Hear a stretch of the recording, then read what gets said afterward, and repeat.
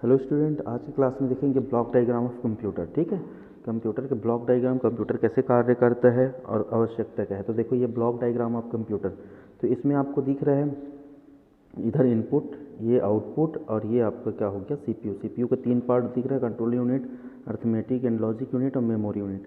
जैसे input unit है, उसमें जैसे हम यूज़ करते हैं कीबोर्ड, तो कीबोर्ड में जैसे की के माध्यम से हम कुछ भी चीज़ लिखेंगे तो हमको आउटपुट यूनिट में वो मॉनिटर या प्रिंटर के माध्यम से दिखाई देगा।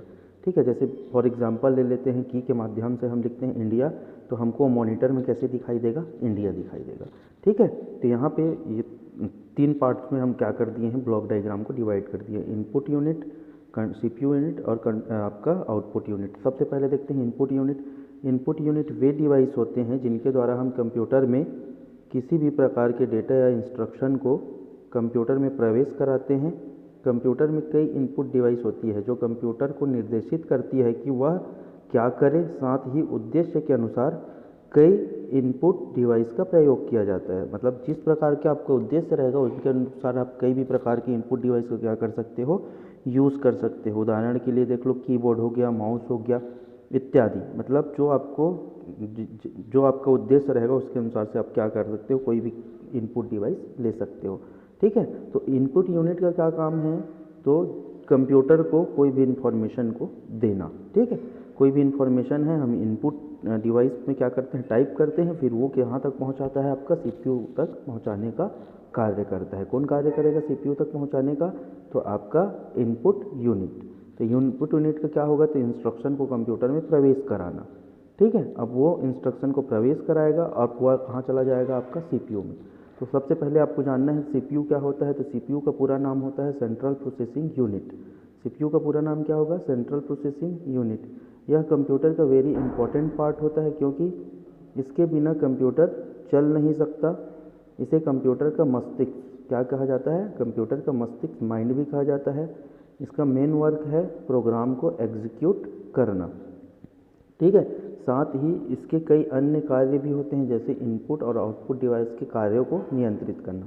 जो आपकी इनपुट डिवाइस है और आउटपुट डिवाइस है उसके कार्य को क्या करेगा, नियंत्रित करेगा। तो कितने प्रकार के होते हैं सीपीयू, तो सीपीयू तीन प्रकार के होते हैं। कौन कौन सा आपका, तो एक होता है आपका एएलयू, दूसरा होता है मेमोरी और तीसरा होता है सीयू। ठीक, सीपीयू का पूरा नाम क्या होता है, सेंट्रल प्रोसेसिंग यूनिट। कितने प्रकार के होते हैं, तो तीन प्रकार का। कौन कौन सा, एएलयू होगा, मेमोरी होगा और एक होता है आपका सीयू।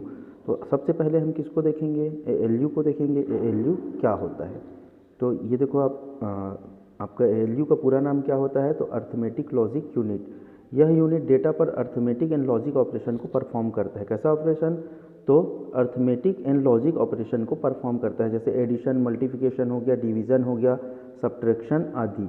इसमें ऐसी इलेक्ट्रॉनिक सर्किट का यूज़ किया जाता है जो बाइनरी अर्थमेटिक प्रकार की गणनाएं करने में सक्षम होता है। यह एएलयू कंट्रोल यूनिट से निर्देश प्राप्त करता है और मेमोरी से डेटा को लेता है और प्रोसेसिंग के बाद इंफॉर्मेशन को मेमोरी में वापस लौटा देता है। एएलयू के कार्य करने की स्पीड क्या होती है, तीव्र होती है। ठीक है, सीधा सीधा कैसा कार्य करता है एएलयू, तो एएलयू जो है अर्थमेटिक एंड लॉजिक ऑपरेशन को क्या करता है, परफॉर्म करता है। तो अर्थमेटिक मतलब आपका प्लस माइनस गुणा भाग, ये क्या हो जाएगा, अर्थमेटिक हो जाएगा।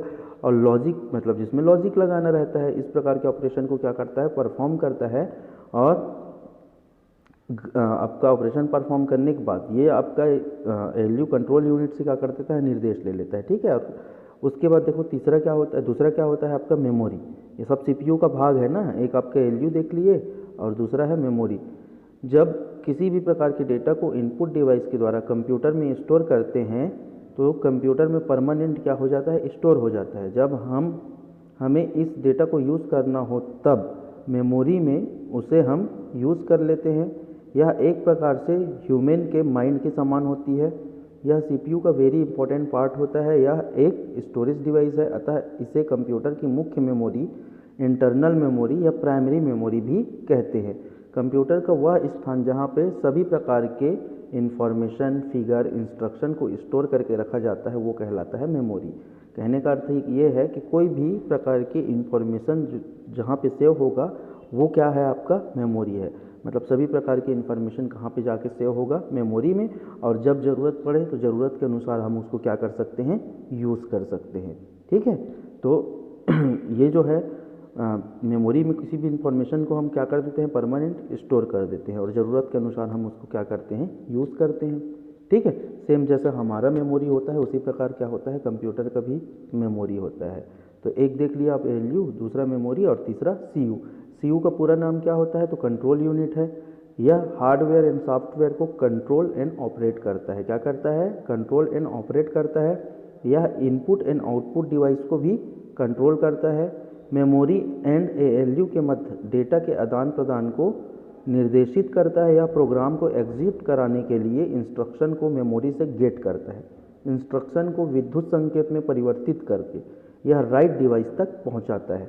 ठीक है, मतलब CU का काम क्या है, तो हार्डवेयर एंड सॉफ्टवेयर को कंट्रोल करेगा और ऑपरेट करेगा, साथ में आपका इनपुट डिवाइस आउटपुट डिवाइस को भी क्या करेगा, कंट्रोल करना है। तो मुख्य रूप से काम देखोगे तो CU का ही, CU क्या करता है, कंट्रोलर का काम करता है। वो सारे चीज़ को क्या करता है, कंट्रोल करता है, और कंट्रोल करके जिसके पास भेजना है वो किसका कार्य हो जाता है, CU का हो जाता है। जैसे मेमोरी एंड ALU के मध्य, मेमोरी आप पढ़े हो और ALU भी पढ़ लिए इससे पहले, तो दोनों के मध्य डेटा का आदान प्रदान का निर्देश यही देता है। मतलब इसके बिना निर्देश के आप ALU और मेमोरी के मध्य डेटा का आदान प्रदान नहीं कर सकते। वो कौन कराता है आपका, तो वो CU कराता है। CU का पूरा नाम क्या होता है, तो कंट्रोल यूनिट। और देखते हैं आपका आउटपुट यूनिट।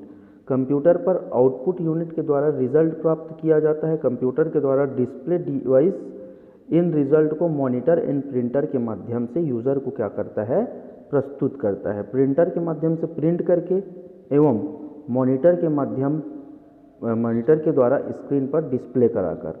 और म्यूज़िक को सुनने के लिए हम प्रायः स्पीकर का यूज़ करते हैं। उदाहरण के लिए मॉनिटर हो गया, प्रिंटर हो गया, प्लॉटर हो गया। आउटपुट डिवाइस वे डिवाइस होती है जो यूज़र द्वारा इनपुट किए गए डेटा को रिजल्ट के रूप में कन्वर्ट करके प्रदान करता है। किसको प्रदान करेगा, तो यूज़र को। जैसे मैं आपको बताया कीबोर्ड एक इनपुट डिवाइस है, उसमें आप किसी चीज़ को लिखते हो तो वो आपके किसके पास जाएगा, CPU के पास। अब CPU उसको प्रोसेस करके आउटपुट यूनिट के पास भेजेगा। तो आउटपुट यूनिट क्या करेगा, उसको भाई आपको अगर स्क्रीन में देखना है तो वो उसको आउटपुट डिवाइस के पास भेजेगा। वो आउटपुट डिवाइस कौन हो सकता है, जैसे मैं बताया मॉनिटर, तो मॉनिटर के पास उसको भेजेगा, तो मॉनिटर उसको क्या करता है, शो करता है। ठीक है, तो ये हो गया आपका ब्लॉक डायग्राम ऑफ कंप्यूटर। ठीक है, थैंक यू।